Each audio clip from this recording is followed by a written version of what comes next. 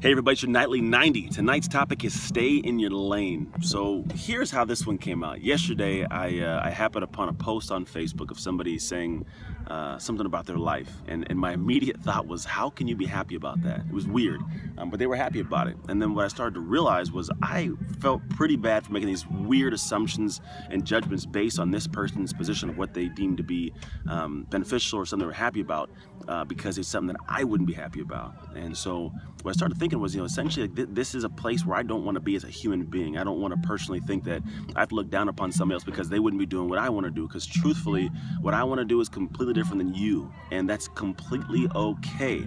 I think in our lives we start thinking about the fact that everybody, if they're not doing what you think you should be doing, then all of a sudden they're not good, they're below you, and they're worthless. And that, I think, is the biggest mistake that we make as people is judgments. And so I look at it kind of like this. When I say stay in your lane, it's like we're all on this same road. We're all going to the same, way in life. It's based on a road.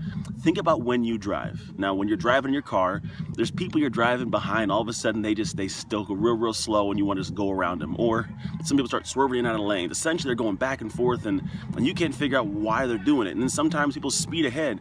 But what you notice is when there's traffic, everybody comes to the same halt, and that car you were speeding around ends up right next to you. So you're going for no reason. Not to mention, who's to say you're driving right or they're driving right? Really, as long as you don't crash into somebody else, you're fine. Because when you crash, then you have to basically look at what you got and look where you got to and why you got there, and maybe you're going too fast, maybe you're going too slow. But really what it is you were just not looking at the other people on the road and respecting who they were as drivers.